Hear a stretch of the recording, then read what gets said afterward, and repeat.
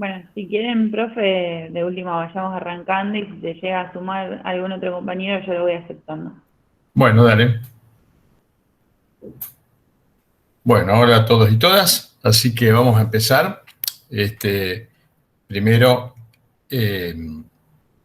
espero que ustedes estén bien y sus familias también.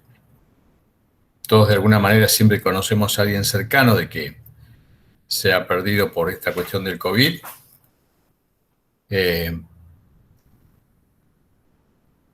Por más que sea una clase de docencia, considero o siento que o los invito a hacer un minuto o un pequeño periodo de silencio en respeto a las víctimas que ha tenido esta pandemia. Yo les voy a decir entonces cuándo iniciamos.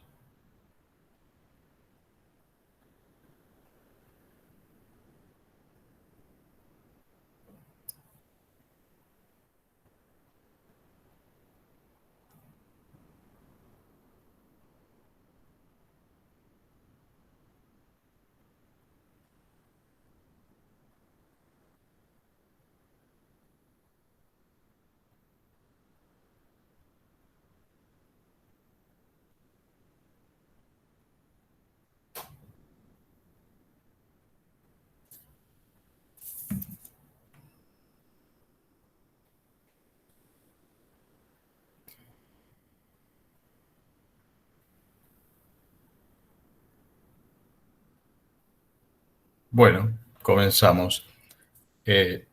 Simplemente esto para hacer de que no nos desconectemos de todo el entorno que tenemos, ¿no?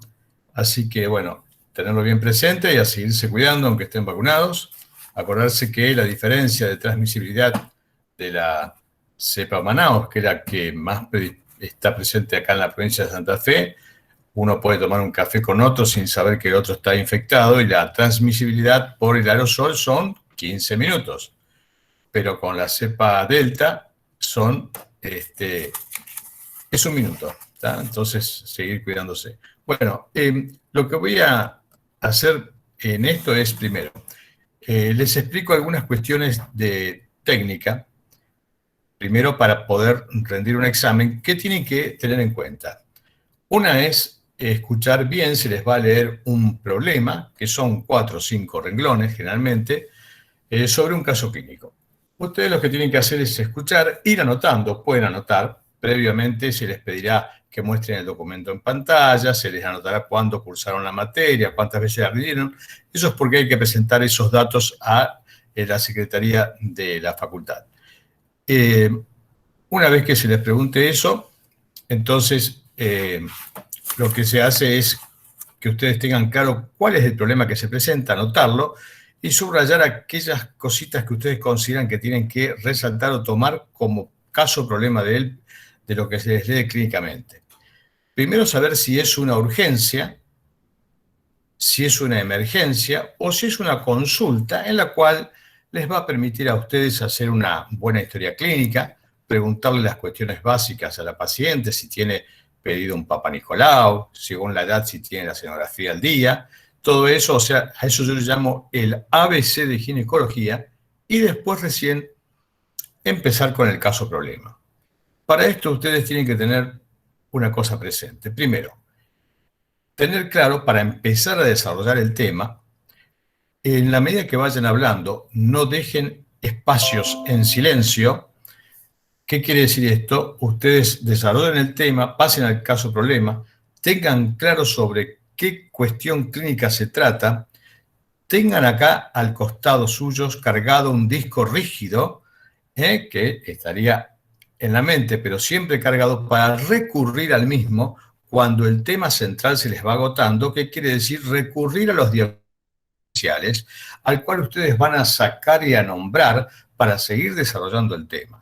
Si esos diagnósticos diferenciales, uno que les está tomando, ve que realmente es coherente, que corresponde, que están relacionados con ese tema, que viene muy bien para diferenciar y que uno se ha dado cuenta que el alumno ya en leer y en pensar en otros diagnósticos diferenciales está muy bueno. Y lo que tienen que hacer no es solamente hablar, sino observar en pantalla al que les está tomando el examen. Yo los estoy escuchando, pero si yo hago esto, ¿qué significa? Que les voy a hacer una pregunta.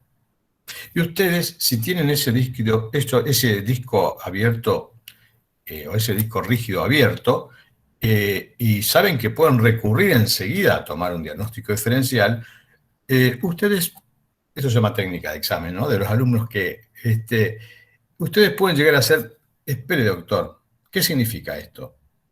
O espere, no hagan así porque queda demasiado fuerte, pero sí el hecho de decir, y le voy a decir una cosa, tenemos que pensar también que ese dolor que parecería ser de ovario, hay que relacionarlo con un cólico renal, ver si no tiene cálculo la paciente, ver si no es un pinzamiento de columna, ver si no es un colon irritable y seguir hablando. Y cuando hicieron esto y dijeron los diagnósticos diferenciales, ¿qué significa? Significa nada más y nada menos que me bloquearon una pregunta. El hecho de bloquearme una pregunta hace que yo los escuche y me están diciendo cosas coherentes relacionadas con el tema.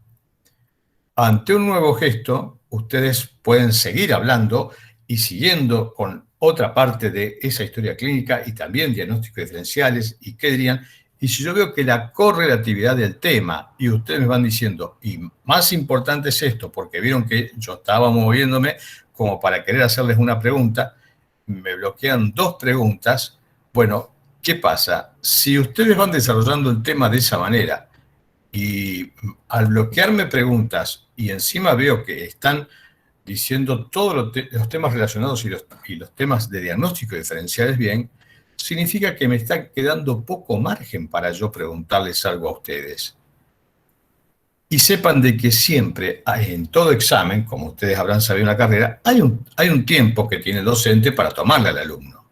Entonces ese tiempo se va acortando y se me van acortando las posibilidades de hacerles preguntas y ustedes van avanzando con el tema y ustedes van teniendo ya como aprobado el tema porque me están pasando más de la mitad del examen diciendo todo bien y tiene que ser una pregunta pero muy básica, muy grosa, para que uno dé marcha atrás o ustedes den marcha atrás en ese tema. Entonces lo importante a tener en cuenta es primero ensayar de hablar seguido, no quedarse callado, no decir, como por ejemplo, que es una alumna que siempre me acuerdo, que fue en presencial, no así a través de la web, que empezó el examen diciendo, ¿y no me va a preguntar nada? No, ustedes no dejen que yo les pregunte. Ustedes arranquen con el tema. Pónganse las pilas, ténganlos claro. Al que le cueste hablar o exponerse o a decir, ensáyelo con alguna compañera, con algún compañero que tenga, pónganse frente al espejo, hablar en forma seguida, a vocalizar, o si el examen es temprano, no sé, hablen en voz alta solos para que después estén acostumbrados a ese timbre de voz, a tenerlo un poco ya aceitado y empezar hablando en el examen. Y lo otro es que también saber si ese tema que ustedes leyeron, que es un caso clínico de consultorio que les permite pregunta, tener en cuenta si no hay un pequeño detalle en el cual ese caso clínico se puede llegar a transformar de pronto en una emergencia. ¿Está? Entonces, leer bien y marcar qué partecita podría llegar a tener una emergencia. Yo les voy, por supuesto, también a leer un par de casos clínicos para que ustedes tengan en cuenta cómo se maneja eso. Después podrán hacerme algunas preguntas o dudas que tienen. Y lo otro, recuerden esto, que siempre, les queda todavía una semana, pero recuerden que siempre a todos nos ha quedado ante un examen algún tema colgado para leer. Y eso no solo lleva tiempo, sino que hay temas donde a todos nos ha pasado que vos no ves la hora de pasar ese tema o de leerlo. ¿Por qué? Porque es pesado. Mira, esto de tumor de tal cosa, lo leo y por ahí estuviste una hora leyendo y de pronto agarraste el libro de nuevo y es como que estuviste volando una hora, no estuviste concentrada en el tema, no te pudiste concentrar. Bueno, ¿cuál es la técnica para activar la memoria, la proteína A de la memoria? Que active el mecanismo de entrada rápido de la memoria y que te quede grabado en el 80%. Cuando uno lee, pero no vocaliza, la degradación de la memoria va en forma rápida y se pierde hasta el 80% de datos. Cuando lo vocalizás y cuando encima lo explicás, al contrario, la retención es del 80%, no que se pierda el 80%. Y esa retención del 80% es a largo plazo. ¿Cómo se hace eso? Para eso hay que aplicar un poco de estrés al cerebro y se hace de esta manera. Ustedes se van a sentar a leer el tema y tienen que usar la imaginación. Primero, que tienen al lado un compañero o compañera de un año menor o que recién está empezando la materia, al cual ustedes están leyendo el tema y le van a tener que explicar a ese compañero o compañera cómo es el caso clínico, qué tiene que preguntar, cómo es la clasificación básica y se lo van a tener que explicar sin mirar el libro. Y la forma de duplicar la apuesta de ese estrés de memoria es que, aparte de explicarle al compañero, es porque ustedes dos van a recibir quien está detrás de la puerta donde ustedes están leyendo, llámese su living, su dormitorio o donde estén leyendo. Atrás de esa puerta usan la imaginación de que hay una paciente con ese caso clínico. Entonces, cuando entra la paciente, ustedes piensen que ya tienen que tener claro qué le van a preguntar, qué datos de laboratorio le van a pedir, qué estudios imaginológicos le van a pedir, qué diagnósticos diferenciales van a tener que pensar y hacerle preguntas, cómo le van a hacer el examen, y de ahí con qué estudios o derivada a qué su especialista tiene que salir. Entonces, esa concentración de que ustedes saben que están leyendo, pero que afuera de esa puerta hay una paciente con ese caso clínico imaginario, es lo que las va a activar a que les quede más grabado el tema. Y aparte, cuando se lo estén explicando al alumno, es al que tienen al lado imaginario, pongan un muñeco o una muñeca, lo que tengan en la casa, o siéntenlo al perro, pero háblenle, o sea, vocalizar. Al vocalizar funciona distinto la memoria. Entonces interactúan los dos hemisferios, otro tipo de circuitos, y eso hace que quede grabado a largo plazo la memoria. Eso les va a ayudar para incorporar esos temas que a veces quedan colgados. Entonces, dos datos. Cómo bloquear al docente, cómo cargar el disco rígido, ¿tá? Y vamos a pasar ahora a algún caso clínico. Yo les voy a leer, puede llegar a ser un poco de una monotransferencia, porque yo estoy hablando, pero pueden interrumpir o hacer alguna pregunta. A veces lo que he hecho en las tutorías con los alumnos es, por ejemplo, le he dicho a un varón, bueno, mira, vos sos la paciente que tiene un tumor en la mama y que vas a consultar. Y entonces le he dicho a otra alumna, bueno, vos sos la doctora que estás en este momento en el consultorio y vas a recibir a una paciente que viene a la consulta, que habló con la secretaria y que le dijo que está muy preocupada porque tiene una tumoración de mama que se palpó y va sin turno, pero está muy asustada. Tímido, dice, la verdad que no sé cómo explicar. Yo dije, mira, no te puedo contestar porque en este momento me acabo de transformar en la secretaria del consultorio. Y se me quedó mirando y le digo, doctora, mire, tengo una paciente así, yo sé que usted está sin pacientes, ¿podrá atenderla? la mandé a su sala de espera, que está sentada ahí, y la veo muy preocupada. ¿La puedo hacer pasar? Bueno, entonces paso y la saluda, todo, tome asiento. ¿Y qué sucedió? Que lo que decía el libro del caso clínico, no lo leímos y examinamos. Uno con esa técnica hizo que el alumno y la alumna se metan dentro del libro, como que fueran los protagonistas del caso clínico. Y esa actitud, ¿qué fue? Que les activó inmediatamente la imaginación, porque sabían que yo ya no era más el médico que estaba dirigiendo eso. Entonces veo que entra y dice, hola, ¿cómo está? Bueno, cuénteme. No, dice, estoy muy preocupada porque me palpé una tumoración en la mama. Dice, me estaba bañando. ¿Y cuánto hace? Y hace como 2 meses, pero me duele un poco y la verdad que cada vez me parece que está más grande, estoy más preocupado todavía.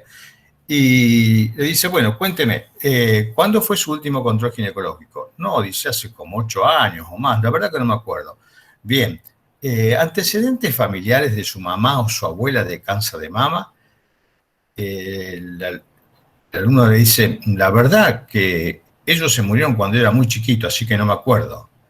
Bueno, le empezó a hacer preguntas y este alumno que hacía el papel de la mujer con cáncer de mama, se la complicó tanto, porque cada pregunta que le hacía, que tenía claro qué preguntarle, resulta de que le iba poniendo las trabas y en un momento le digo, pará, vos me decís que sos tímido, vos me estás, le digo, vos me estás ocultando algo, vos sos actor.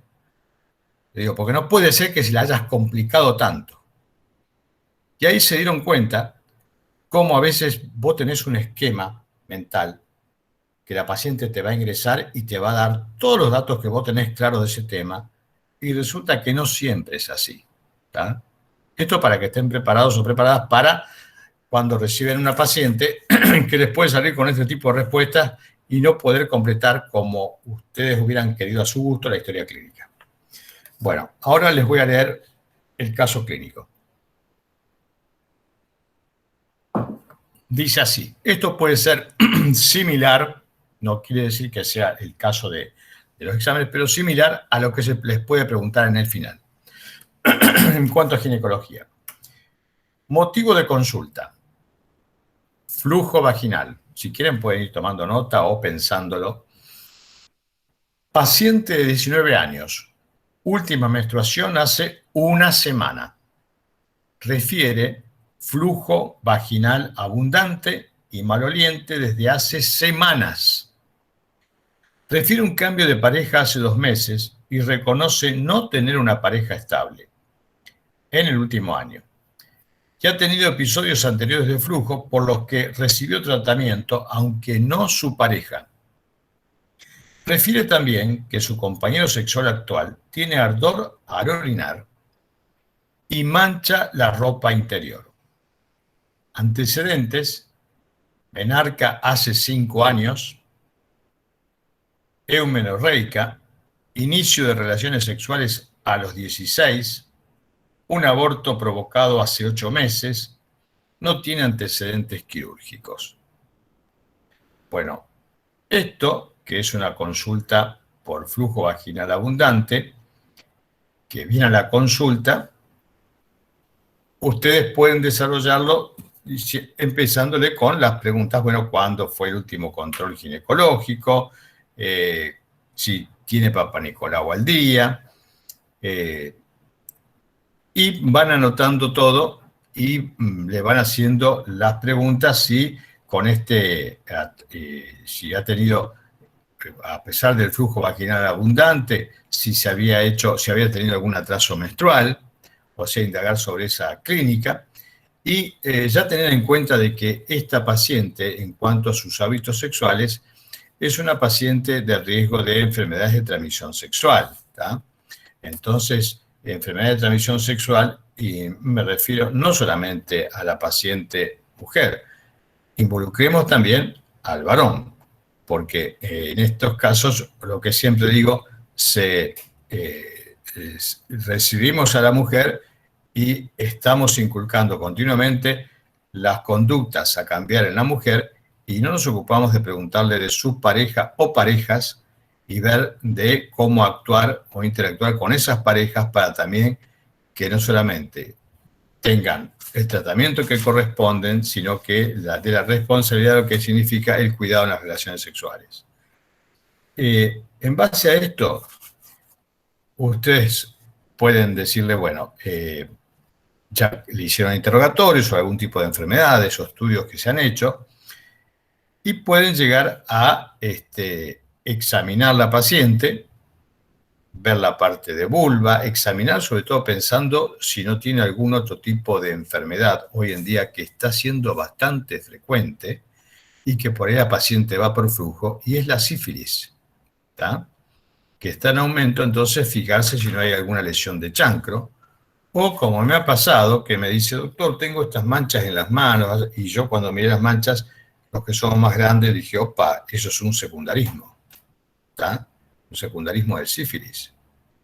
Bueno, lamentablemente se están viendo cada vez más casos de ese tipo.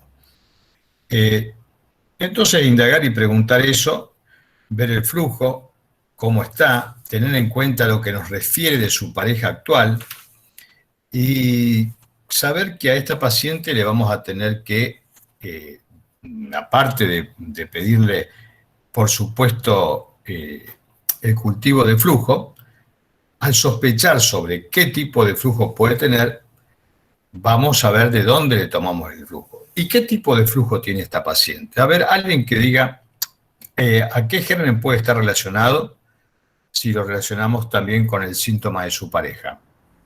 ¿Podría ser a una trichomonas? A ver, ¿quién más? A un gonococo. A clamidia, micoplasma. Bueno, puede tener todo, pero vaginalis.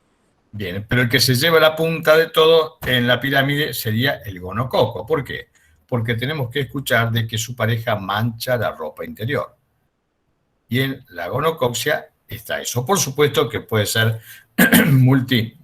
multigermen, pero para detectar el gonococo vamos, y de paso vamos a tener que sacar así, cultivo porque ya nos refiere a la paciente que no es flujo de ahora, que hace meses y meses que viene con este problema.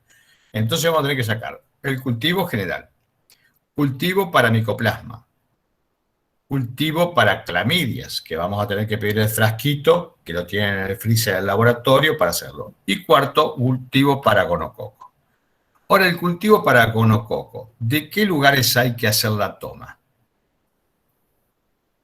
Endocervical. Del chancro. A ver, alguien que hable. Si me los dicen bien, anoto el nombre y ya paso la nota que he probado a la facultad. Bueno, no, una broma. Pero a ver quién va diciendo. Vagina, ano, orofaringe. Endocervix, ectocervix. Uretra, Del cervix y del uretra. faringe, Sí, Recto. falta. Ahí está, recto. Dijeron. Son 5. Entonces, endocervix, exocervix, después de la uretra, rectal y de orofaringe. Son 5 tomas que hay que hacer y tener en cuenta eso. Aparte, recuerden que en toda enfermedad de transmisión sexual hay que examinar la orofaringe. Incluso cuando hay lesiones por HPV y produce cáncer de cuello, ya está publicado en la página de patología del tracto genital inferior y reconocido a nivel internacional de que están casi en igual cantidad el cáncer de cervix que el cáncer de garganta. ¿Está? Entonces, ¿qué pasa? Se usa la protección para el sexo vaginal, pero no para el sexo oral. Es lo que más cuesta hacer entender a la población, que también se transmite y produce cáncer. O sea que el hecho de la vacuna del HPV, estamos hablando de una que más que una vacuna, porque es una vacuna que previene cáncer y estamos hablando de cáncer de cuello, de recto, de pulmón, o sea que está relacionado con varios tipos de cáncer, de esófago también. Bueno, eso por un lado. Y una vez que se piense que se le hace esos cultivos, hay que pedirle la serología. Que en la serología vamos a tener que incluir a esta paciente, por supuesto, la ITS, que es antígeno hepatitis B, antígeno hepatitis C, sífilis, PDRL,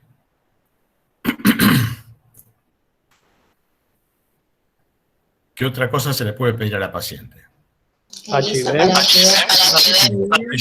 Exacto. HIV, ¿está? O sea, que deje ese para que lo tengan siempre presente, porque el HIV por ahí he visto que se ha salteado. Como por ahí se ha salteado lo de la sífilis. Y de la sífilis hay una cuestión. Si nos viene, por ejemplo, le pedimos la BDRL y nos viene 4 DILs. ¿Qué significa eso? Que está con sífilis activa. Tenemos que confirmarlo con una prueba no treponémica, perdón. Exacto. Recuerden en el examen, ¿tá? Que es una falla bastante habitual. Es una prueba no treponémica, o sea que recuerden que hay que complementar eso no solo para la paciente, sino para la pareja. Otra cosa, ¿qué dato importante refiere a la paciente que le pasó hace 8 meses atrás? Y ahí es donde... Aborto provocado. Bien. ¿Y qué es lo que ese dato de la paciente hace que ustedes tengan que tener alerta sobre qué se les puede estar escapando? Que son 2 cosas. ¿Alguna infección? Una maniobra pelviana. instrumental que puede provocar una embolia, por ejemplo. O sea, que la paciente venga por un flujo, pero que no les dice porque no puede decirle, por temor, por una traba, de que realmente va a la consulta de ustedes con ese flujo, pero ya va con una maniobra abortiva. Y cuando va con una maniobra abortiva, tengan en cuenta esto, que por suerte cada vez se ve menos, pero los que somos más grandes y uno ha vivido como residente, como jefa residente y después como instructor de gineco y obstetricia, uno ha visto cómo ingresa la paciente, empieza de pronto a tener un cuadro confusional y en 2 horas, pero en 2 horas se murió. ¿Está hablando del cuadro de Moro? O sea, la paciente ingresó con un shock séptico ya instalado. Sí, Gonzalo, decime. O sea, ese sería el cuadro de Moro, o sea, el aborto infectado.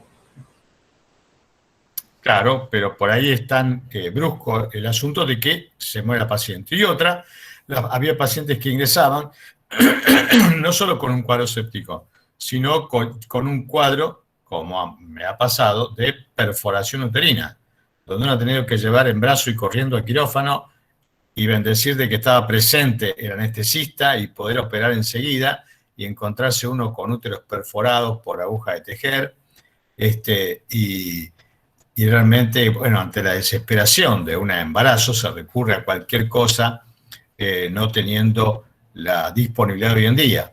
Pero claro, en ese tiempo era muy frecuente que las pacientes llegasen así, ¿y saben por qué? Porque uno se quedaba pensando y decía, ¿cómo es? No le cerraba siendo residente, pero ingresaba una chica no con un aborto provocado, con un aborto espontáneo, porque lo perdió. Bueno, el mecanismo era así, ingresaba la paciente, había que llamar que había una paciente que ingresó con un aborto. A los pocos minutos la paciente se veía al lado de su camilla con un sumariante escribiendo a máquina. Al día siguiente el residente, o sea, nosotros teníamos que ir a tribunales a declarar la recepción de esta paciente, o sea, y la paciente con un gesto de mirar de no entender nada. pacientes de 13, 14 años, para que sepan la aberración que era eso. Y por otro lado, el hecho de perder una mañana en tribunales, un día se me ocurrió preguntarle a una que tomaba declaración, digo, ¿qué pasa con esto que uno viene a declarar? Digo, la verdad que pérdida de tiempo, no entiendo, fue un aborto provocado, no me cierra, y le digo, ¿qué pasa con todos los sumarios? Y me señala atrás y la parva de carpeta que había y me dice, no pasa nada. Y entonces, bueno, esas cosas que a lo mejor ustedes no han recibido información, para que vayan viendo cómo, por suerte, han ido cambiando las cosas, y hace que esto, que se tenga acceso a la interrupción legal del embarazo, evitaría, o evita, mejor dicho, esas muertes. A lo que hay que agregar, por supuesto, siempre es la educación y la accesibilidad gratuita a la anticoncepción. ¿Para qué? Para evitar que tengan que llegar a hacerse el aborto. Pero hay otro dato muy importante. Esta paciente tuvo un aborto provocado hace 8 meses. Y es algo habitual que también se olviden en el examen cuando hay algún caso clínico que incluye este tema. ¿Qué pregunta le tienen que haber hecho a la paciente a ustedes?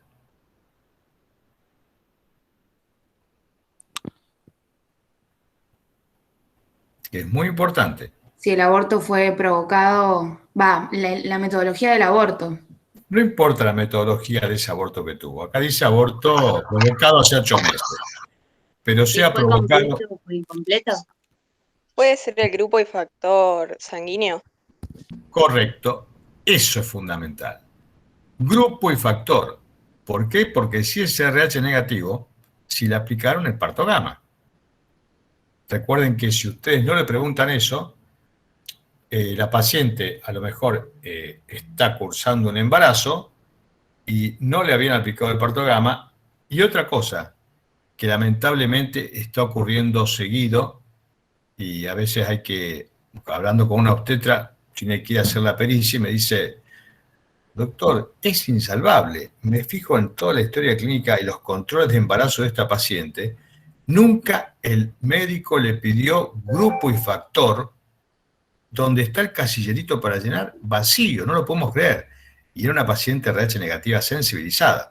Por supuesto que el bebé nació con hemoglobina 0, falleció, bueno, y eso lleva a un juicio de praxis médica, desde ya. Entonces, fíjense el gran error que puede tener. Por eso es muy importante que tengan en cuenta todo esto, porque eso salva la vida del bebé y, por supuesto, el que va a ser obstetra también. Un segundo que le contesto a una doctora.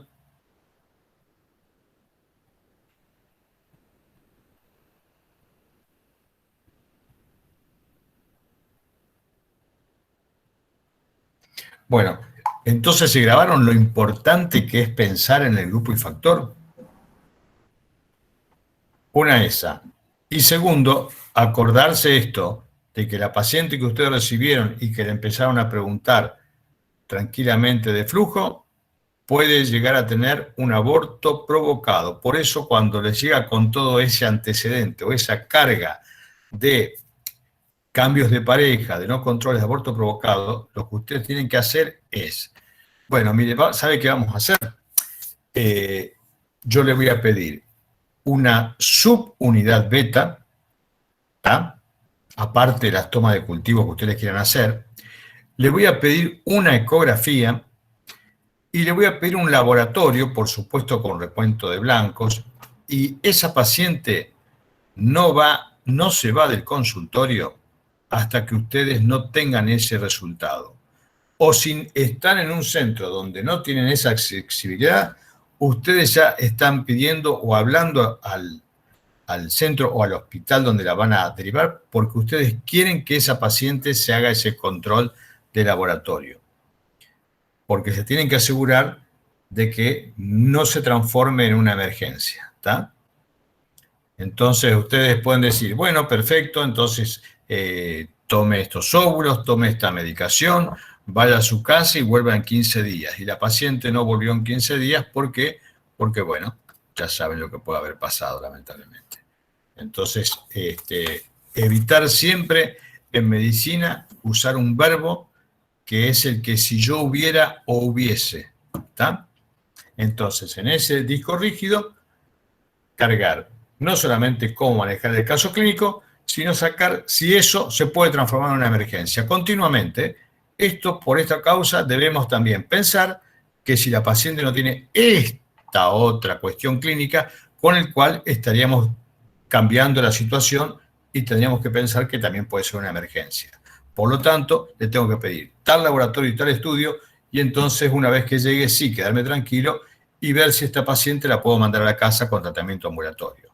Ahora bien, paciente de 19 años, con todos estos antecedentes, y ustedes la reciben y le tienen que indicar un tratamiento que tiene, y por ahí se van a dar cuenta que tienen que empezar a descartar si esa infección es solamente el flujo o no llega a tener una enfermedad perineal inflamatoria. Que esto también es otra cosa que pueden agregar al examen para ir aumentando el volumen de lo que ustedes hablan. Y pensar que esta paciente puede estar instalando una EPIA, con el cual ahí ustedes incorporan el tema de PIA, que van a decir, uno de los signos que me tengo que fijar, aparte de tomarle los cultivos de flujo, es cuando le haga el examen bimanual, saber que si yo movilizo el cuello y la paciente pega un salto de dolor, eso es un grado de PIA 1, o sea que ya ahí hay que instalar un tratamiento con triple plan antibiótico en el cual a la paciente hay que disminuir ese riesgo de infección. Por supuesto que ahí se va a ser necesario pedir la ecografía, porque eso les va a ayudar a evaluar qué grado de PIA es. Porque si nos encontramos encima, no con un embarazo, con una formación que tiene que ver con un absceso, bueno, esa paciente ya es un criterio de internación. Aparte, más si por ahí tiene hasta defensa. Otra cosa que hay que tener en cuenta es la paciente no llega que no tiene el absceso, pero que sí hay que darle el tratamiento completo de PIA. Y de pronto decimos, ¿le damos la medicación y la mandamos a la casa? ¿O es una paciente que puede tener criterios de internación? ¿Cuáles serían los criterios de internación de esta paciente? Uso del DIU. Descartar el embarazo y también tener en cuenta que es una paciente joven que por ahí muchas veces no cumpliría el tratamiento. Entonces es preferible internar a la paciente, pasar por vía endovenosa o oral el tratamiento y después mandar a la casa. Muy bien, o que esté descompensada hemodinámicamente, por ejemplo, a causa de la infección. Razón social, una descompensación. Si tiene mucho vómito. Que pueda ponerle que pueda tener vómitos o que se pueda deshidratar y complicar el cuadro. Sí, bueno, y tampoco va a poder tomar la medicación. Que por supuesto no va a poder tomar la medicación. Claro. Profe, sí. Una consulta. En caso de que sea un empiema, ¿se hace una punción del saco de Douglas o eso no se está utilizando tanto como se lee por ahí? Mira, hoy en día tenés la ecografía que ya te está diciendo si tenés material purulento y eso lo tratás con antibiótico. Obvio que cuando ya está formado el absceso, ahí no queda otra que abrir, o sea, hacer una laparotomía y drenar. Y el cuadro no va a ceder hasta que vos no drenes el absceso. Tener en cuenta que en una EPIA, el drenar un absceso por laparoscopía puede complicarse mucho. ¿Por qué? Porque el tejido intestinal puede estar adherido y friable y la única forma, estos cuadros eran muy frecuentes en otra época, la única forma de acceder a la zona del absceso es usando el dedo. O sea, ir separando el intestino con el dedo, porque si pones una pinza y no detectás que esa zona es más friable, te puedes quedar con una parte de intestino en la pinza y ahí sí que se complica porque abriste la parte intestinal y el cuadro de infección puede llegar a ser más severo. Entonces, hasta que llegas a la zona del absceso y ahí sí, con una pinza, hay que tener preparado el aspirador porque es una buena cantidad de material purulento, se aspira, se manda parte a cultivo y se deja, por supuesto, el tubo de drenaje 48 horas que se saca por contrabertura en abdomen, no por el lugar donde se cierra la cicatriz, y en 48 horas, si viene más clarito, ya se retira.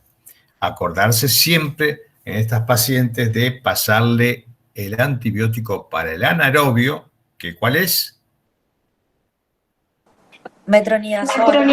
Metronidazol. Nunca se olviden de cubrir los anaerobios. Metronidazol, que en caso de ser inyectable se pasa el frasquito 48 horas o por vía oral 500 miligramos cada 12 durante 2 días. Con eso ya hacen la cobertura de los anaerobios.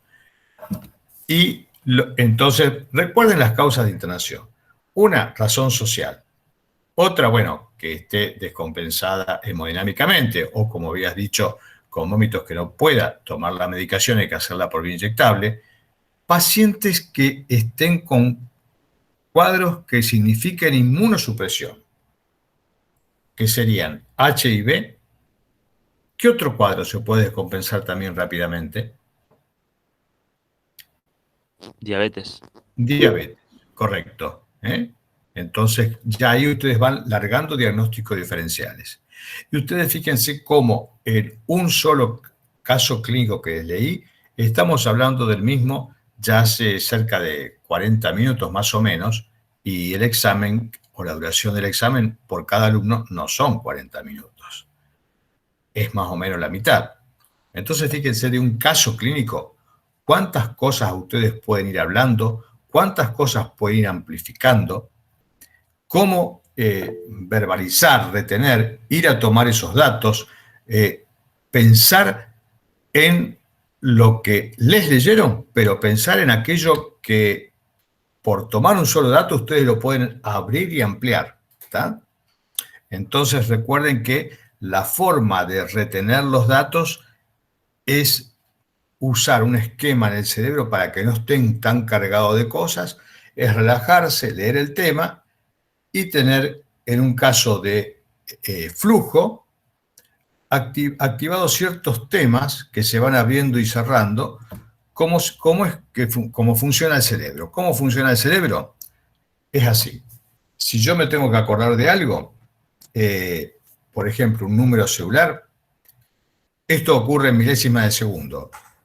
156, por ejemplo, me acuerdo primero del 1, se inactivan los otros números, después me acuerdo del 5, para acordarme del 5 se inactivan los otros números, después del 6, y lo que uno puede usar es un esquema mental que tiene que ver con lo que uno ve habitualmente, que es el esquema del reloj, si uno últimamente está pasando al digital, pero la forma de tener el flujo y de tener los subtemas de flujo es en el 1, por ejemplo, complicaciones, en el 2, tratamiento antibiótico, en el 3, bueno, y para ir abriendo eso, cuando uno abre esa pantallita que tiene en la mente del número 2, que a lo mejor son tratamientos antibióticos, se cierran las otras y entonces no hace falta mucho trabajo mental de recurrir y pensar en la memoria como si uno estuviera leyendo algo lineal. Entonces, prueben de leer aunque sea media página lineal y media página en esquema mental. El esquema mental y el dibujo lo van a retener mucho más fácil. ¿Por qué? Porque activan el gráfico y el escrito. Están usando las dos partes, los dos hemisferios cerebrales.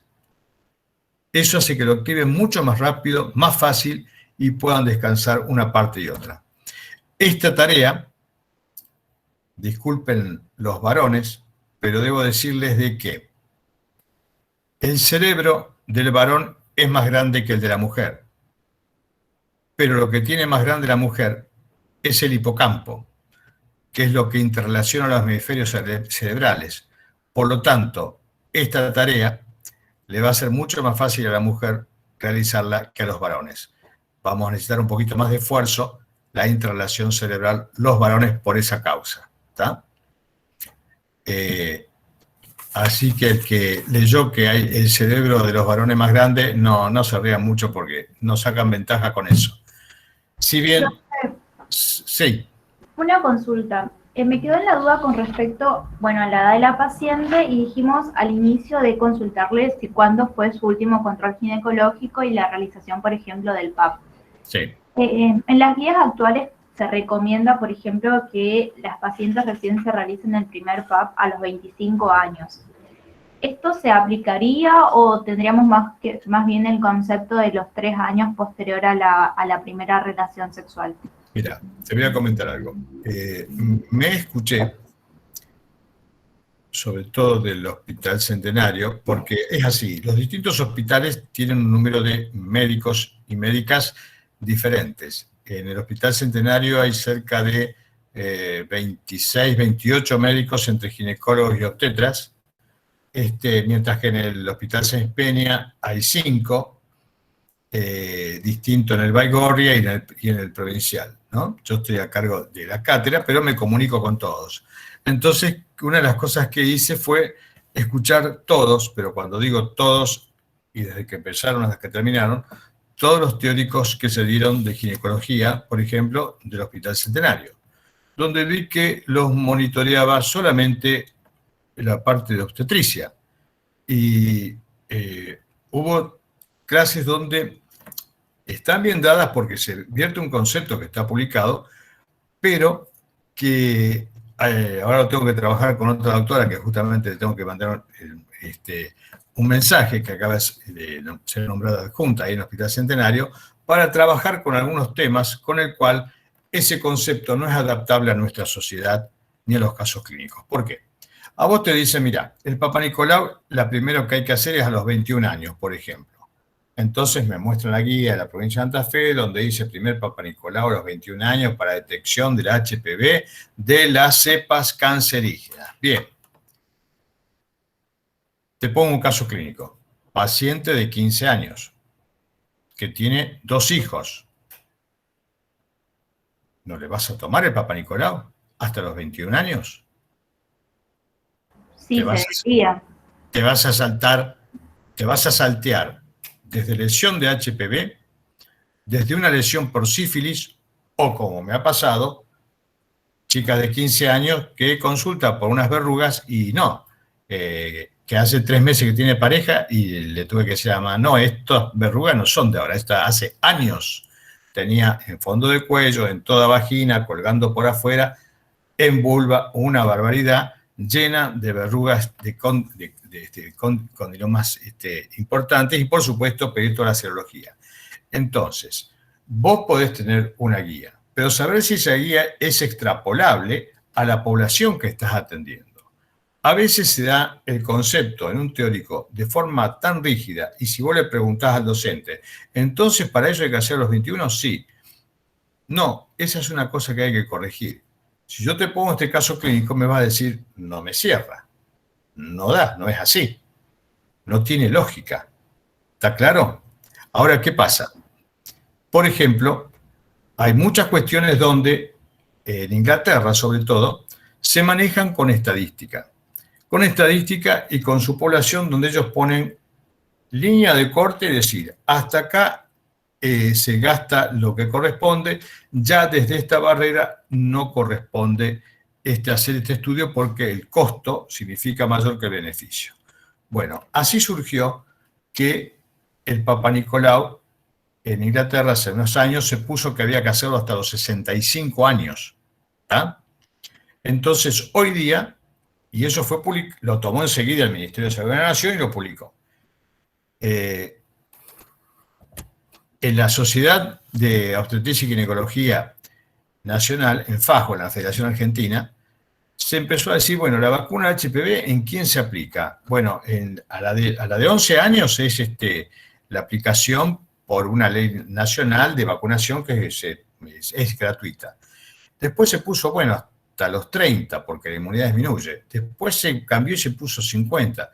Y después se puso que no hay edad para vacunarse con HPV. ¿Por qué? Porque estaban viendo pacientes de edad que salían con personas más jóvenes y se transmitían las lesiones de HPV. Bueno, ¿qué pasó? Justo en el 2012, yo en esa época estaba de vicepresidente de la Asociación Argentina de Climaterio, y sucedió de que fue el Congreso Internacional de Patología del Tracto Genital Inferior en Inglaterra.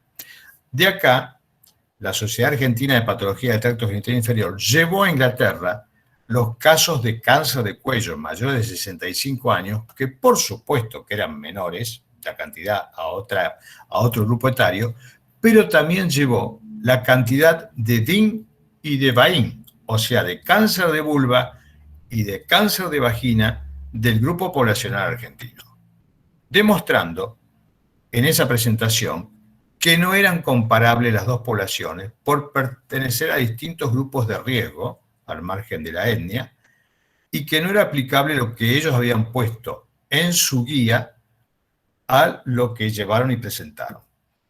Conclusión, recuerden esto, que una guía es solo una guía, no es una imposición. La guía es para orientar, pero el médico debe usar su criterio. Hay una guía que creo que es la única que hace ese método, que se llama la guía de St. Gallen. Se hace todos los años en Suiza y que ahí lo discuten profesores sobre las conductas a tomar en cáncer de mama. Eso sale publicado, pero hay una parte de la página donde hay una barra y dice que para tal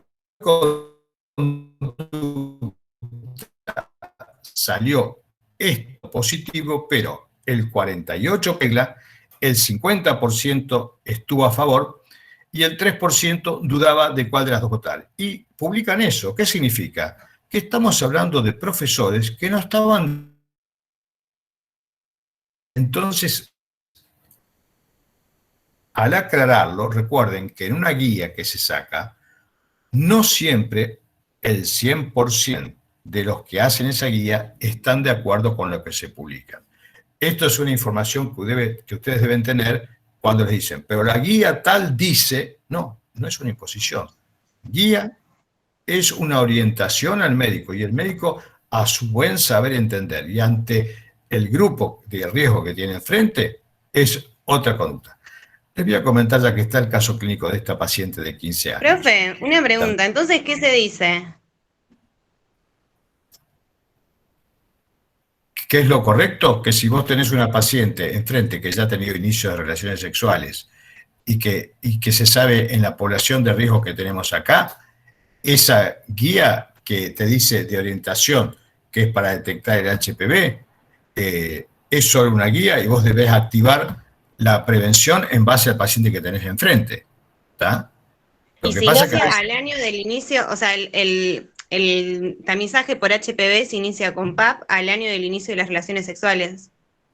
Vos lo que vas a hacer es cuando te viene el Papa Nicolau, te va a figurar ya en el Papa Nicolau si hay alguna lesión o si te aparecen los quelocitos, que son las células compatibles con HPV, y si te justifica que las mandes a una colposcopía para que entonces le hagan un estudio complementario o una biopsia.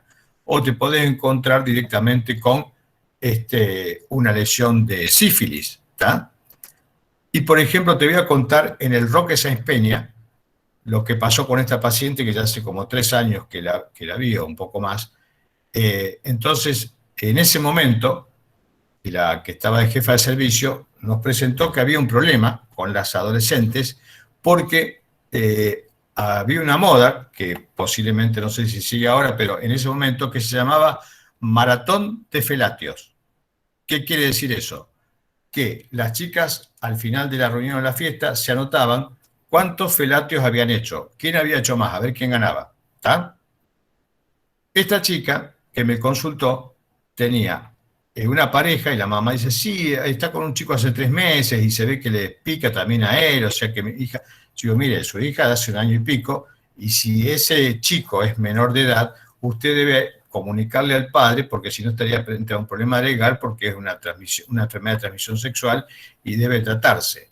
Como era una paciente menor, ¿qué hice? Hice firmar a la carpeta a la mamá. Cuando hago firmar a la carpeta a la mamá, significa de que la citación de la paciente debe ser obligatoria. Hasta se enojó la asistente social porque diciendo, mirá, lo que nos está costando ubicar a la paciente porque no viene, por el hecho de haberle hecho firmar a la mamá, me alegro de haberle hecho firmar y me extraña de que te quejes de que tenés que ir a buscar, digo, cuando la obligación es que esa chica siga siendo controlada. Y entonces, a los 8 meses, por la policía la encuentran, y la citan al hospital, viene a control, por supuesto que la mandé a colposcopía, y me dice la mamá, contale al doctor, por esto de la maratón de felatios. ¿Saben qué dijo la chica? No me olvido más. No, mamá, pero yo ya te dije que nada más estuve, escuchen, con tal, con tal, con tal, con tal y con tal. Me nombró 5. Y en ese tono de voz, ¿saben qué significamos para cambiar eso? Nos sentábamos a discutir cómo hacer para educar a ese grupo de población, para informar. Y se nos hacía muy difícil, se nos hace muy difícil. Esto para que ustedes también tomen conciencia en cuenta cuánto hay que trabajar para educar para la prevención de las enfermedades de transmisión sexual en un grupo de población donde a veces se toman hábitos o formas o pacientes que te llegan y te dicen, doctor, yo sé que en esa reunión estuve con mi novio, pero bueno, tomamos pastilla y bueno, después me drogué. Yo sé que estuve con mi novio, pero creo que con 3 o 4 más. Entonces mis papás me dijeron que me venga a controlar porque seguro que algo tenía. Y yo decía, ¿cómo le podés decir a esa paciente que le exija a su pareja de que se ponga un profiláctico? Esto que les comento es para que vean que esa guía, en un contexto social así, con esos hábitos, cómo o qué herramienta o por dónde entran para poder educar o desarmar eso y volverlo a armar. Con esto les estoy mostrando que no solamente como médicos van a tener que saber manejar este caso clínico así, tan amplio que estamos hablando y cómo se puede extender, sino que vayan tomando conciencia cuánto trabajo van a tener ustedes que hacer y no aflojar y no bajar los brazos para seguir educando y reeducando a la población para que tengan buena salud sexual, puedan disfrutar de la sexualidad de la manera que corresponda, puedan ser educados y tomar conciencia en base a cómo cuidarse y cómo cuidar al otro. Y eso es un trabajo continuo, y que no hay que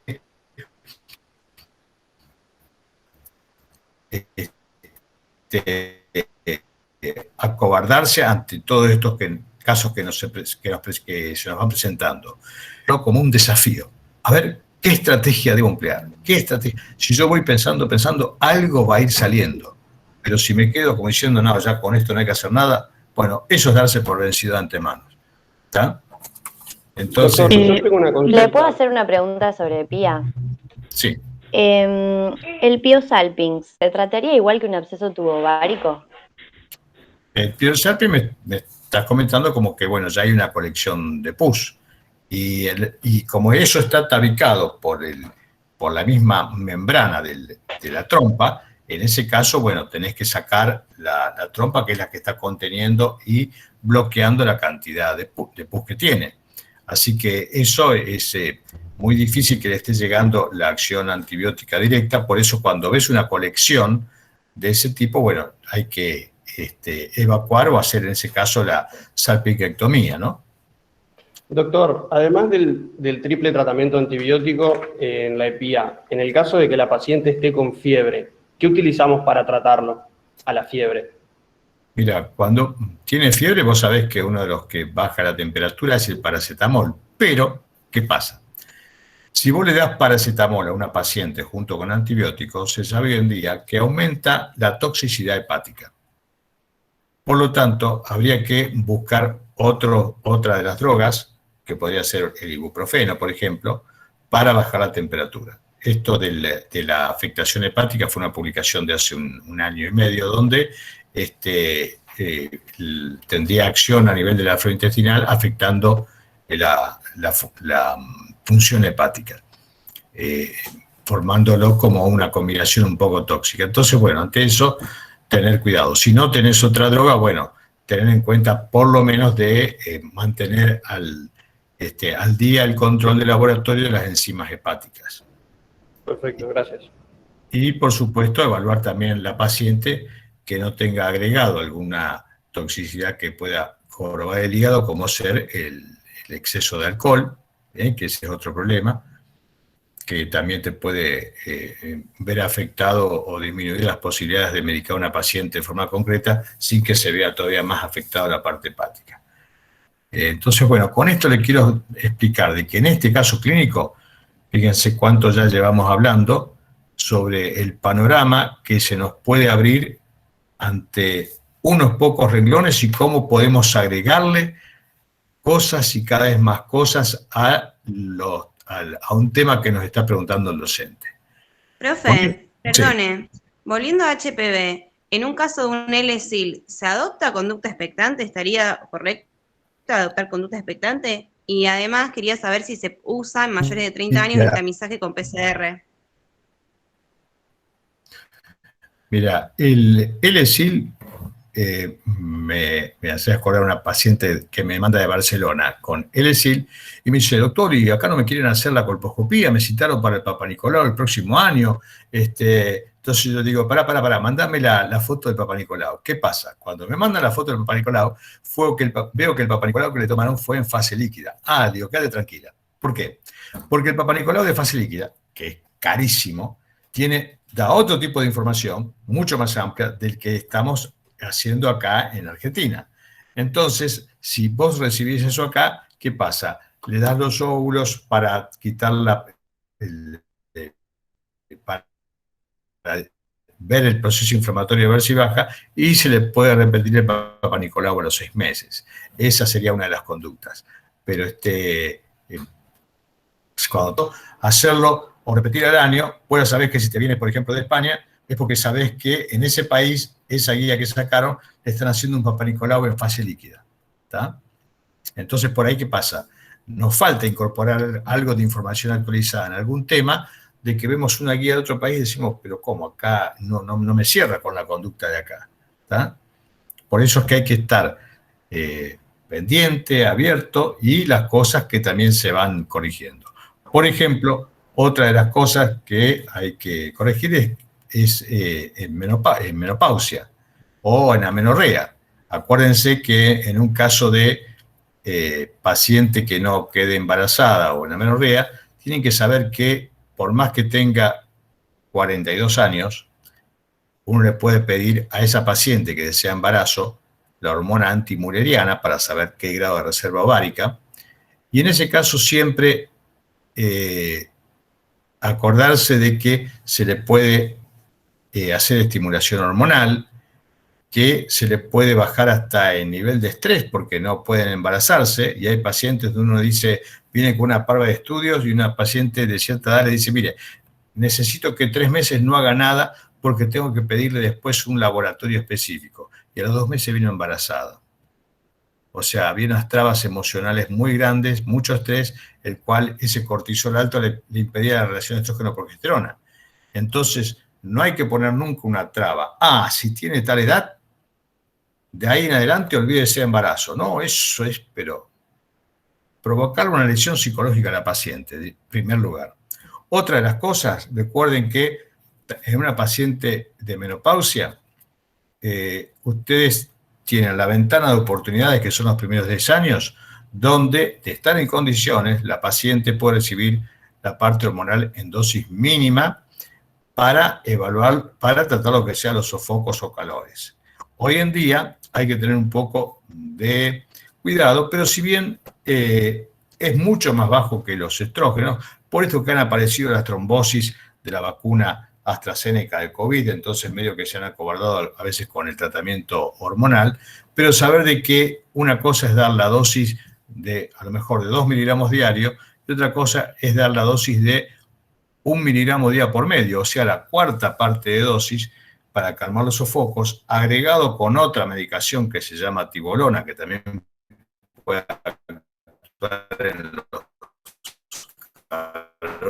y sofocos y aumentar el humor y la libido, y también saber de que hay una serie de tratamientos que tienen que ver con psicofármacos y que están bien estudiados y establecidos, y que solamente basta estar informados y saber que hay clases que se dan sobre tratamiento no hormonal, incluso sobre tratamientos que tienen que ver con la alimentación. ¿Tá?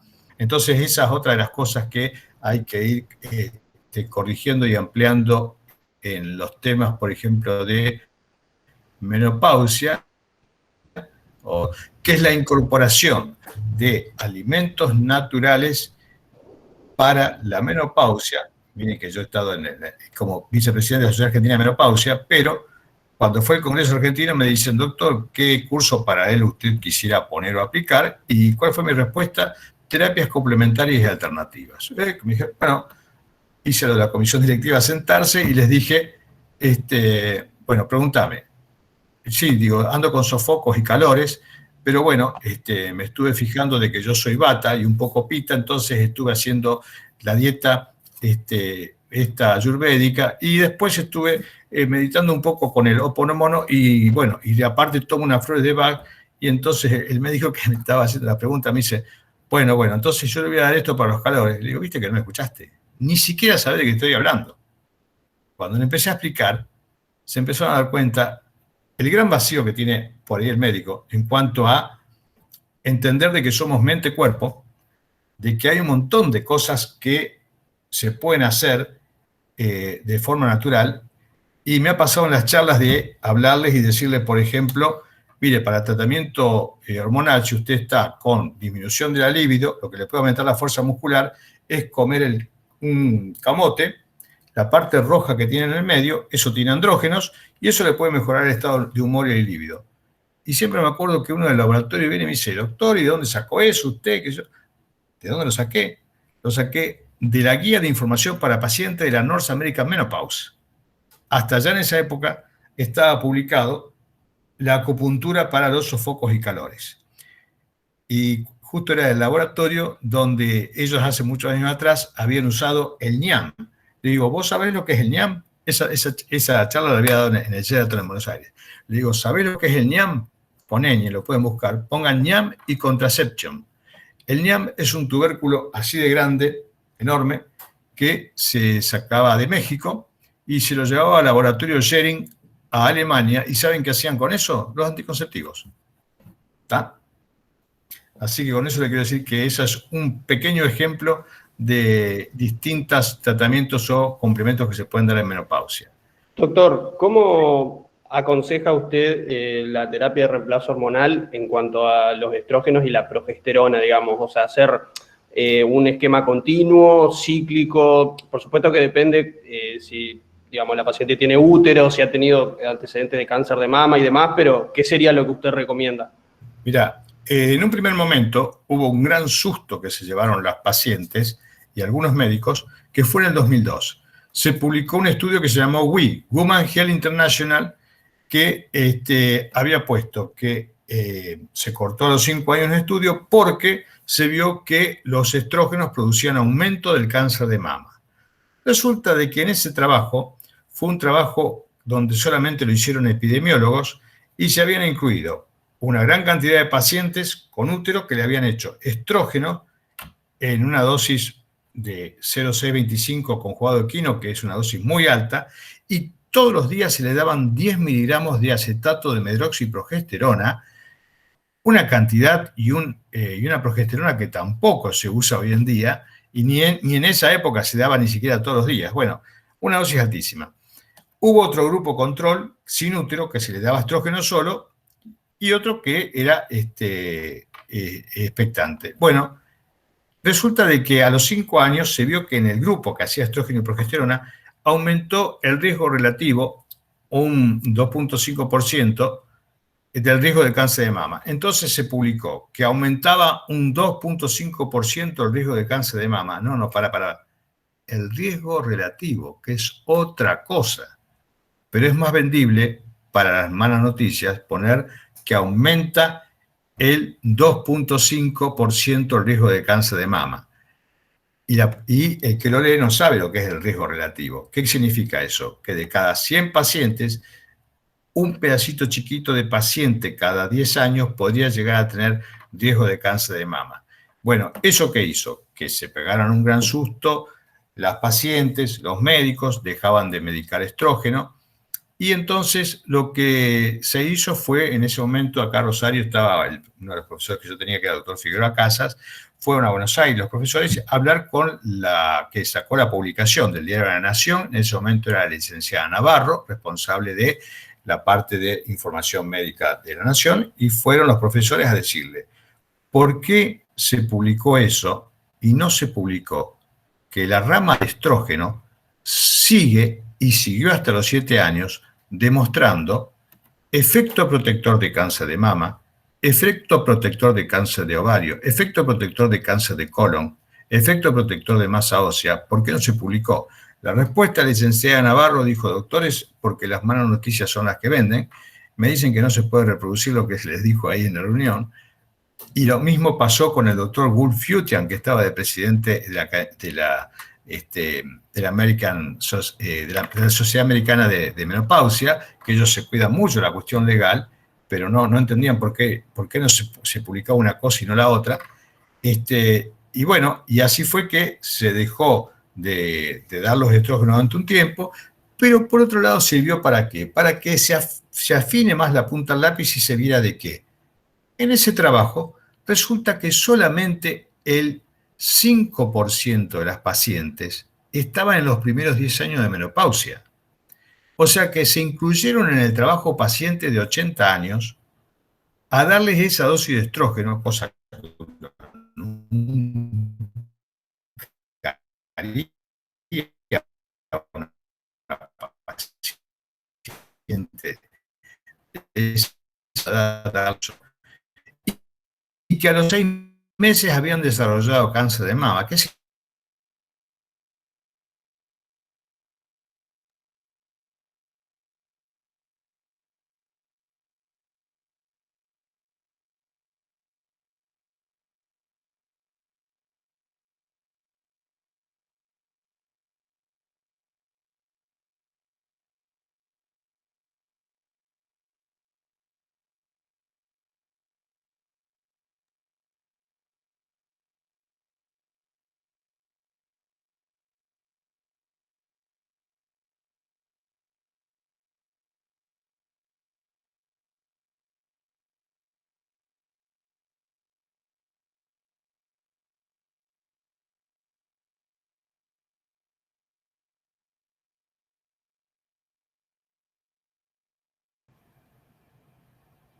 Bueno, se había cortado. Les estaba diciendo que entonces, ¿qué pasó? Se vio que se habían incluido un montón de pacientes que ya estaban enfermas. Lo que pasó es que se vio que después de eso se reunieron todas las sociedades, incluso en Estados Unidos fueron 14 sociedades donde, después de ver incluso endocrinología, todo, bueno, vieron que había una ventana de oportunidades donde el estrógeno lo que hacía era mantener planchada el depósito de calcio en las arterias o de placas de ateroma, y ahí disminuían el riesgo cardiovascular, infarto, trombosis, y en las que tuviera riesgo de trombosis, lo que no actuaba sobre las arterias era darlo en vía transdérmica. Por eso, en la sociedad, en la Australasian Menopause, que incluye Australia, Japón y todo eso, se presentó también la posibilidad de darlo en vía transdérmica en la paciente que realmente requiera estrógeno y tuviera algún riesgo básico de trombosis, de dar la vía transdérmica. Y lo otro que vino a cambiar el riesgo totalmente es la aparición del DIU hormonal que tiene progesterona. Entonces, al dar la progesterona y solamente colocando el DIU, ya está dada para lo que más importa, que es evitar la hiperplasia de endometrio, y no darlo por vía oral o general, que es la que producía ese leve aumento en la parte de cáncer. Entonces se vio que en base a eso, lo que se hace en las pacientes que estén en condiciones es dar la mínima dosis posible de estrógeno, controlando el nivel de estrógeno en sangre. No es darle la caja y decirle, señora, tome esto, es lo que viene en el envase, 1 por día, no.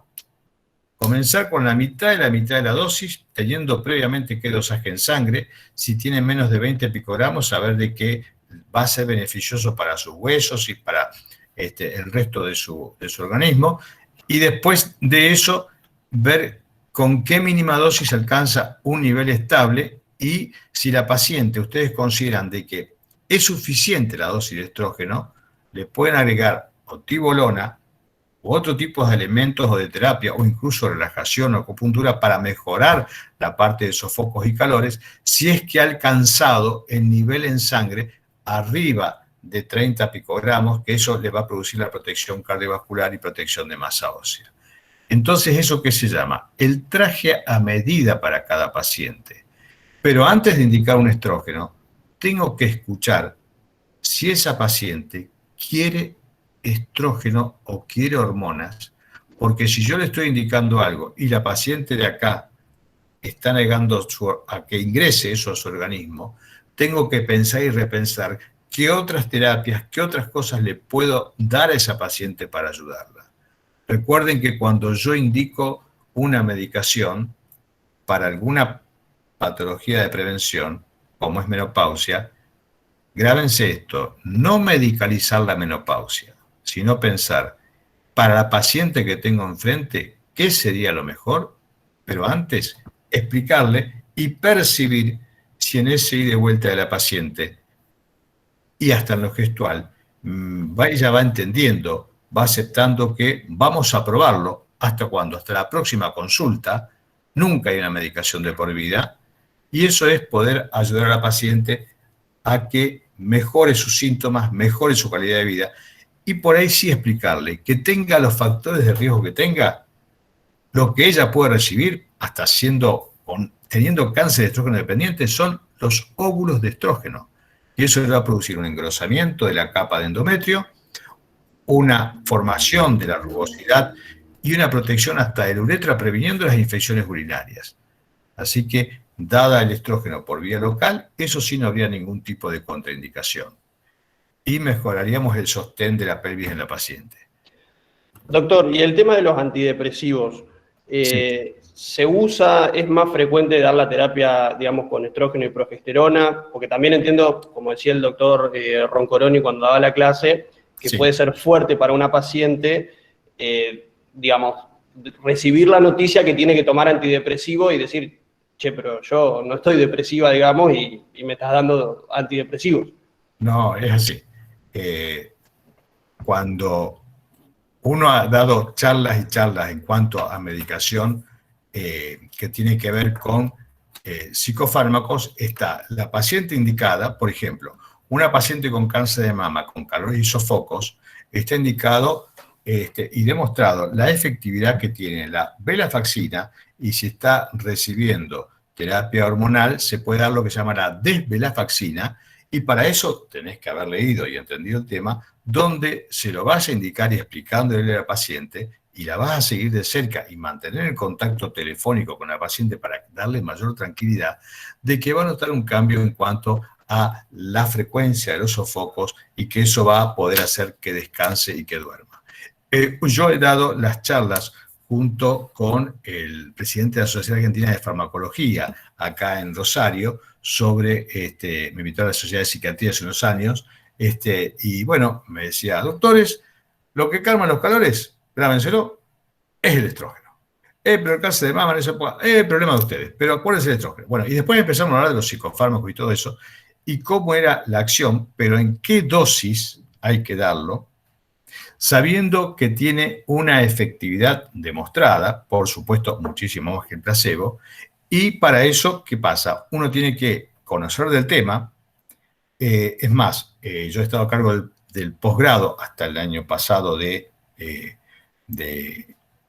la parte de menopausia, y una de las áreas era tratamiento no hormonal, y se daba todo lo que sea tratamiento no hormonal, y entre ellos incluyendo la parte de psicofármacos. Entonces, dentro de los inhibidores de recaptación de la serotonina, es una de las drogas que se dan, y eso hace años que se dan. Hace años que están dentro de la lista de los medicamentos que se puede dar. Sobre todo estamos hablando de pacientes oncológicas, ¿está? Entonces, buscar el traje a medida, y en esas pacientes, por supuesto, que uno nota que eso mejora calidad de vida, y por supuesto de que dando inhibidores de recaptación de serotonina, no estamos dando algo que esté bloqueando a la paciente mentalmente, o que la impida, o que la embote o la agobie, cuando hay pacientes que están tomando a lo mejor 1 miligramo o 2 de clonazepam, y es una dosis dentro de todo ya respetable, o por ahí están tomando alprazolam, que les produce por ahí vacíos mentales o problemas de memoria, pero resulta que ven con mala cara un inhibidor de captación de serotonina. Así que bueno, es cuestión de conocer del tema para poder exponer de un tema, ¿está? Entonces, bueno, el teórico de ginecología durante todos los últimos años lo daba yo, a la parte de menopausia. Con esto de separación en las dudas, bueno, lo ha dado cada médico de la cátedra, y por ahí hay algunos temas que se han desfasado o hay que actualizarlos un poco. Así que bueno, se ve que le interesó también la charla al bebé de Laura, así que parece interesante lo que estoy hablando. Bueno, no sé si respondió eso tu pregunta, pero el listado... Sí, gracias. Tenés incluso, no sé, el oscos, tenés la hierba de San Juan, tenés, si ponés hierbas para tratamiento de los sofocos y calores de menopausia, vas a tener una variedad muy, muy grande, y vas a ver todo lo que es lo rico que es, no solamente en psicofármacos, sino, ya te digo, en alimentos naturales que tienen que ver con la calma del sofoco. Incluso lo que está demostrado y usado es la maca peruana. No sé si han escuchado hablar. Sí. Pero la maca peruana, que tenés la comunidad negra, lo único que yo para recomendar, digo, use envasaje que diga procedencia de Perú, porque por ahí el polvo que se vende libre en las dietéticas no sé hasta qué punto tiene una pureza, ¿no? Entonces hago mal por ahí en tener esa duda, pero me la cuestiono a veces. Y después hay alimentos, como por ejemplo para la osteoporosis, que tienen que ver con mejorar la masa ósea, y que les comento rápidamente esto para que vean cómo se manejan las empresas médicas, y que he armado cada despelote porque cuando doy las charlas no tengo conflicto de intereses. Entonces, ¿qué pasa? Por ejemplo, para prevención para la osteoporosis está demostrado que calcio, vitamina D, todo lo que sea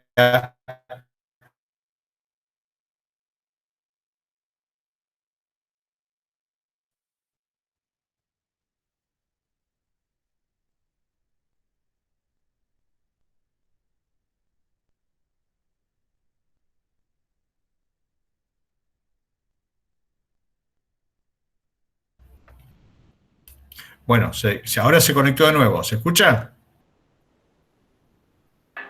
Sí, profe. Bueno, parece que se perdió la señal. Bien. Entonces, les estaba contando de que, ¿vieron? Me estreso cuando se corta y me olvido de qué estoy hablando. No, les decía, el calcio, vitamina D y también la vitamina K2. ¿tá? Incluso, ¿qué se vio? Que si la persona deja de dormir durante 2 meses, bien de noche, se corre el ritmo circadiano, y entonces se descubrió de que nosotros funcionamos como una flor, que se abre y se cierra a cierta hora, y por lo tanto también hay genes que se activan a distinta hora del día. Entonces, por ejemplo, después de 2 meses, si no dormís de 12 a 3 no formas músculo, si no dormís de 3 a 6 no formas hueso. ¿Por qué? Porque empieza a subir una que es la CTX o un N-teropéptido a la 1 de la mañana, hace el pico a las 5, baja a las 6 y ese es el que forma hueso. Pero después de 2 meses se corre y no empezás a formar. Después de ese descubrimiento se volvió a un gran trabajo que se llamaba The Nurse, las enfermeras, pueden poner The Nurse, y se vio de que había un grupo de enfermeras que tenían pérdidas de embarazo, cáncer de colon, cáncer de mama, cáncer de pulmón, o sea, un montón de enfermedades, y se volvió el trabajo ese. ¿Y saben qué vieron? Que las que tenían todo eso eran las que tenían horarios rotatorios, o sea, habían roto su ritmo circadiano. Lo mismo pasó en un grupo de azafatas, ¿tá? Y fíjense de que hay cuestiones laborales que van mucho más allá. Por ejemplo, los pilotos internacionales que hacen un vuelo de 12 horas tienen obligación de descansar 3 días. ¿Tá? Miren si hacen eso con las enfermeras, que están con horarios rotatorios. Bueno, ¿y qué pasa en base a esto? Por supuesto, bueno, es más largo el tema. Si quieren pueden googlearlo y poner melatonin, o pueden poner MOPS, Melatonin Osteoporosis Study, donde se vio cómo el agregado de melatonina mejora la calidad de sueño y por lo tanto la masa ósea en mujeres menopausia. Eso ya está publicado. Y lo otro es que la melatonina es lo que nos induce al sueño, pero hay que acordarse que si ustedes usan la luz azul de pantalla, celular o tablet, esa melatonina baja, no hace el pico, no van a dormir o descansar, y la forma de activarla es o tomando 3 miligramos de melatonina a las 10 de la noche, la leche, que eso les va a hacer un pico de melatonina y los va a inducir más fácilmente al sueño.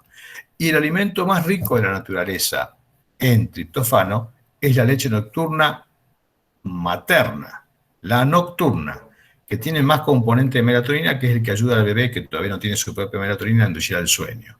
Bueno, todo esto se fue descubriendo, es nuevo, incluso le hice preparar una charla en base a esto a una doctora en el tema de fertilidad y de la parte ginecológica en el 2008, que de título le pusimos melatonina, nueva hormona esteroidea, y uno de los casos era de que en la paciente, el ovocito que tiene 10 milímetros, tiene adentro 53 picogramos de melatonina, pero el que tiene 2 centímetros y medio, que es cuando se ovula, tiene 256 picogramos, que llega por una formación propia de la teca interna y por la circulación externa que le da melatonina. Bueno, fíjense qué apasionante que es este tema, de que resulta que en la transferencia embrionaria, cuando va a la estufa, lo que más mata a esos embriones es la oxidación. Pero al grupo de pacientes que se le había dado previamente melatonina, el éxito de transferencia fue del 0,00006%. ¿Está? Entonces, bueno, en esa charla me acuerdo que dije doctores, que estaban presentes 2 centros muy importantes acá en Rosario de fertilización. Los invito a que se pongan a pensar éticamente en esto que sale 2 pesos o en las drogas de altísimo costo que están indicando. ¿Está? Eso para que vean cómo hay algunas cosas que van a cambiar, pero que no cambian por las presiones de los laboratorios. Y lo otro, que la vitamina K2, que la puede tener el queso, por ejemplo, el Gouda, fermentado, que es el nato, es la fermentación de la soja por el Bacillus subtilis. El Bacillus subtilis es el bacilo de la longevidad, que acá en Rosario el doctor Grau del CONICET es un investigador que ha publicado en Stem Cells, en Nature incluso, sobre longevidad de esta bacteria, pero en realidad la bacteria la dejamos aparte, porque en realidad el nato tiene vitamina K2, que eso hace que fije el calcio al hueso y que planche de calcio las arterias. Hay un laboratorio que pudo sacar la fracción de 45 kilogramos, que es lo que necesita la mujer, y entonces la publicación dice que calcio con vitamina D más vitamina K2 es mejor que los ibandronatos. Ese artículo que tiene evidencia A, fíjense lo que pasa. Cuando uno pone ANH, que es Instituto Nacional de Estados Unidos, y cliquea y ve la vitamina K2, perfecto, nombra el artículo. Pero cuando yo quiero cliquear para entrar en ese artículo, no me deja entrar. ¿Por qué? Por esos 4 renglones que dice que es mejor que los ibandronatos, en porcentaje de disminución de riesgo de fractura. Y estamos hablando de un artículo que es evidencia A. Bueno, yo tengo ese artículo, cuando se lo muestro a los médicos me dicen, no pueden ser tan HDP. Bueno, viste, desde el Instituto Nacional de Salud de Estados Unidos están inyectando al médico cómo debe pensar, que debe recetar, y lo mismo que la guía número 138 a nivel internacional, que la sacó el año pasado, la Sociedad de Endocrinología de Estados Unidos, donde habla de una droga que produce infarto, pero yo digo, ¿cómo la aprobaron si produce infarto? Bueno, y por primera vez veo en los comentarios que los mismos estadounidenses le dicen, pero esto es una droga comercial, con los riesgos de esto. Digo, por fin están criticando alguna vez a estos que están publicando. Pero ¿saben qué? A mí me mandan el celular del New England, me mandan del Medscape. Me mandaron del Medscape a las 3 semanas lo que se llama Council Medical Education, para que yo rinda lo que habitualmente me mandan, que es el examen, y con ese examen en base a esa guía, y que me daba un punto para el crédito americano de la certificación. En una época rendía todos los exámenes, pero viendo eso, cómo se manejan comercialmente, que sale la guía y a las 3 semanas te envían para que vos rindas el examen y te quede grabado qué tenés que indicar o recetar. Bueno, con esto les quiero decir cómo hay que leer y releer, y estar informado y mirar de un lado y de otro, qué es lo que considero realmente éticamente y qué no, y con qué información le debo llevar a la paciente, cómo tratarla, pero sobre todo cómo cuidarla, ¿está? Y recuerden que para darle una medicación, sea hormonal o no hormonal, estar informado, haber leído del tema, y si no, levantar el teléfono y llamar a un colega que esté informado. Che, ¿qué te parece esto? Y a veces me llaman a mí y me digo, mira, por lo que me estás diciendo, te ayudo, no hace falta que me la derives. Te voy ilustrando para que vos la vas a poder seguir y hacer, ¿está? Entonces eso es lo que pueden ir haciendo para... Profe, ¿cuándo indicaríamos una densitometría en una paciente menopáusica? ¿Cómo? ¿Puedes repetirle a Agustina? El tema de la densitometría, ¿cuándo la podríamos indicar? ¿A partir de qué edad? Mira, la densitometría vos tenés que evaluar más que la edad. Vos vas a ver que las sociedades te ponen 65 años. ¿Eso qué significa? Que si vos no le pediste a los 65 años y la paciente tiene osteoporosis o se fracturó, tendría que ver algo con la parte de praxis médica. Pero hay pacientes donde vos, según los factores de riesgo, le vas a tener que pedir la densitometría a edades más tempranas. Por ejemplo, hay chiquitos, es más, yo estoy hace 25 años a cargo del Departamento de Densitometría y Osteoporosis del Grupo Gamma, y uno recibe pacientes pediátricos con osteogénesis imperfecta, con problemas metabólicos, con tratamientos de altas dosis de corticoides, con pacientes que están inmovilizados por cuadriplejía, y esos pacientes le tienen que ir haciendo un seguimiento, trastornos de crecimiento también, hipogonadismo, pacientes con falla ovárica precoz. O sea que va a depender de otros factores que no solamente tienen que ver con la menopausia.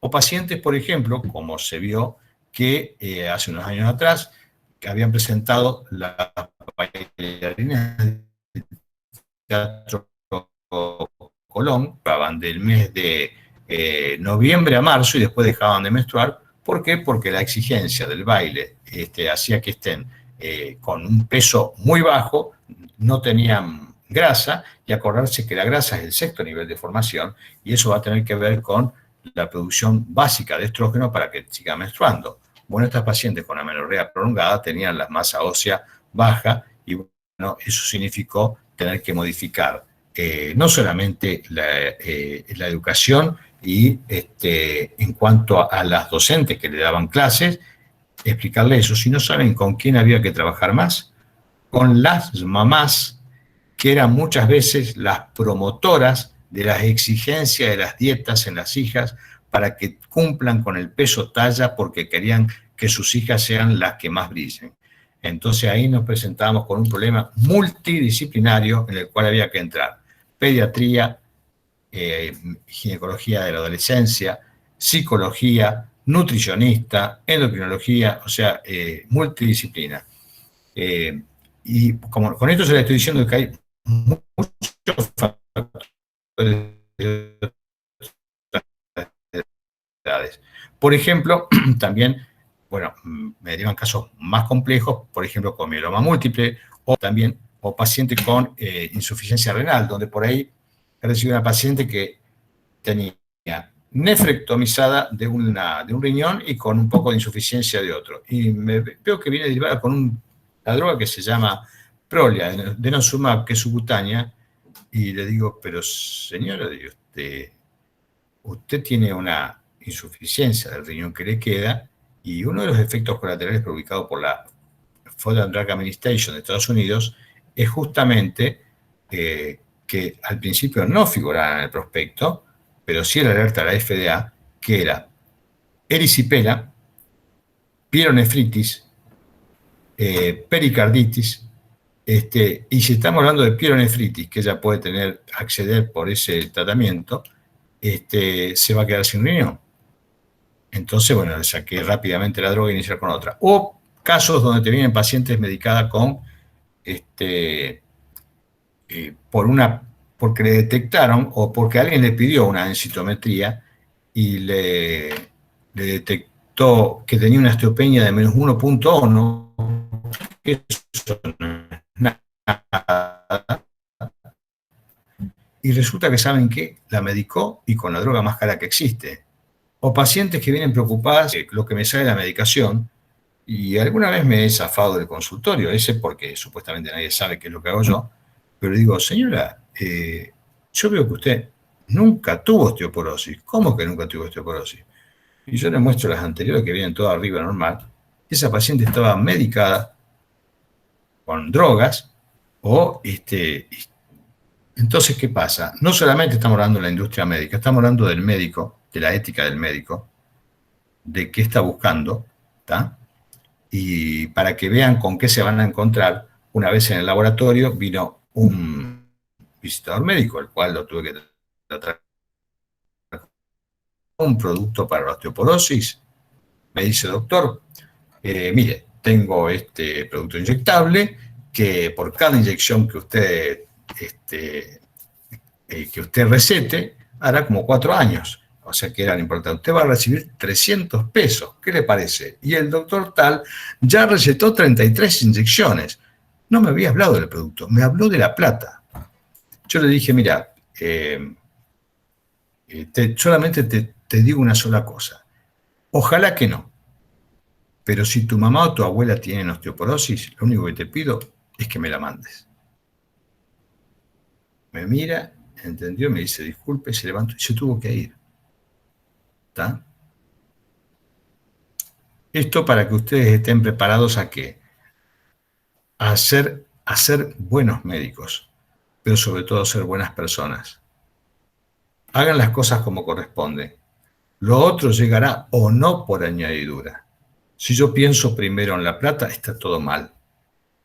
Entonces, les puedo asegurar que da más satisfacción personal hacer lo que uno siente de ayudar al otro que estar pensando, a ver cuánto puedo recibir de plata y eso es efímero. Eso tiene la persona que piensa así, tiene una gran confusión en su mente. Entonces, bueno, ese es el mensaje que le quiero transmitir. No sé si tienen alguna otra pregunta más. Yo tengo una duda con respecto a las masas pelvianas. Sí. ¿Cómo diferenciamos lo que sería un quiste de un tumor de ovario? O sea, de un cáncer de ovario, por ejemplo. Mira, vos tenés distintos grados y eso te lo va a dar primero un estudio básico que es una ecografía. Cuando vos ves o te informan una masa en el quiste, le vas a pedir una ecografía Doppler. ¿Y qué va a pasar? En la ecografía Doppler te van a informar la irrigación que tiene. Incluso te pueden surgir que vos ves un quiste y que ves por ahí una pequeña elevación dentro del quiste y resulta que eso que se llama signo del penión es un crecimiento interno de una tumoración dentro del ovario. Entonces, ¿qué vas a hacer? Ahí le vas a pedir la ecografía Doppler para ver la irrigación periférica y de esa zona, con lo cual ya te puede estar cambiando un poquito el diagnóstico.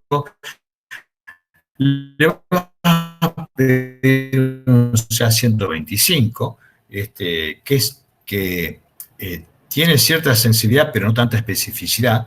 ¿Por qué? Porque para detectar tumor de ovario es a veces lo que decimos el cuco de la medicina. A veces vos estás pensando en eso, lo buscás y no detectás, y de pronto una paciente que tiene un control súper normal, a los 6 meses te debutó con ascitis.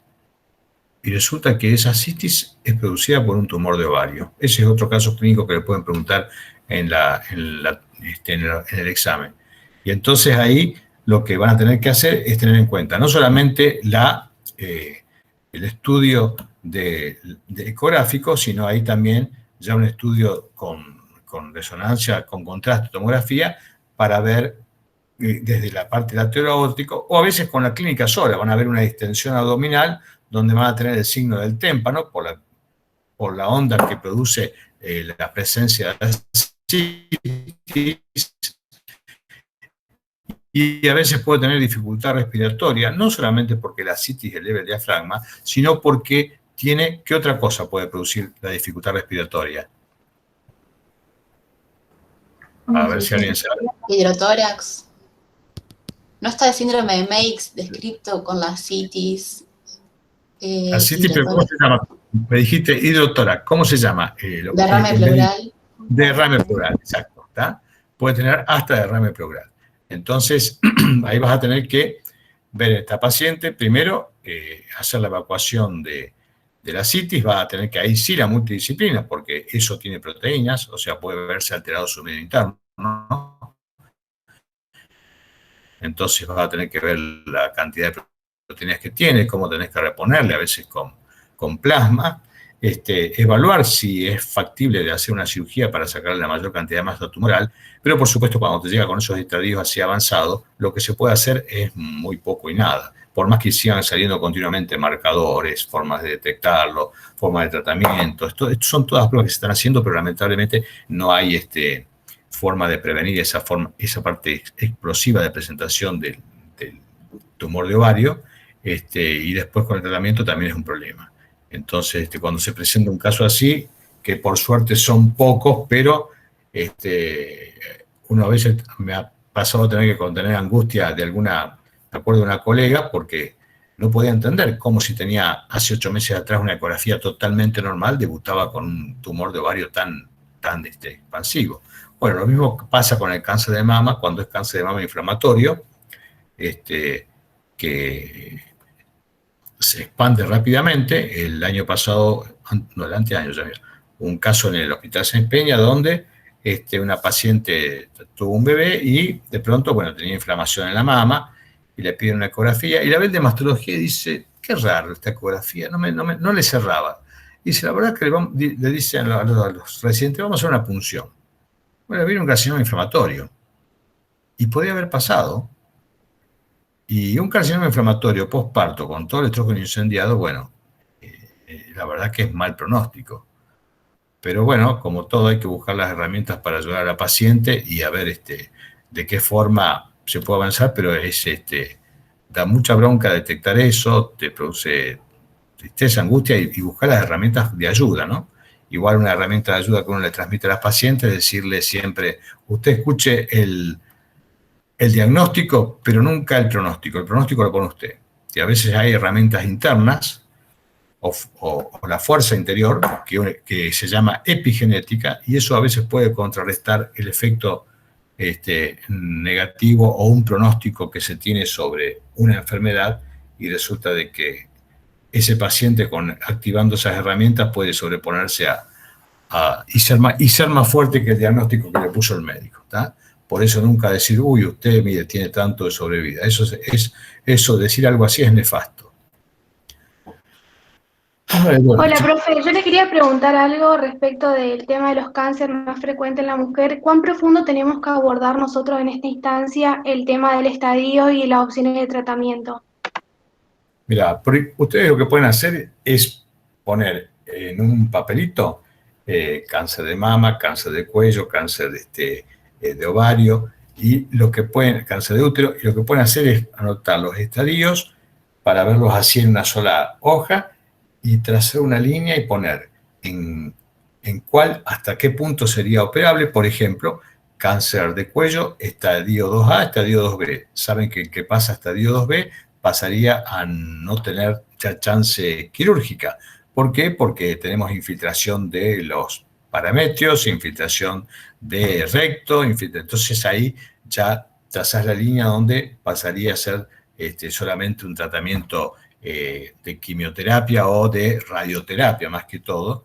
La quimio no tiene mucha respuesta para ese tipo de carcinomas. Entonces vos te tenés en un solo esquemita y ya te ubicás estadio 2A, 2B de carcinoma. Después, otras cosas que pueden hacer es en la misma hoja o arriba poner los 3 tipos de cáncer más frecuentes y si quieren arriba ponen los 3 benignos más frecuentes.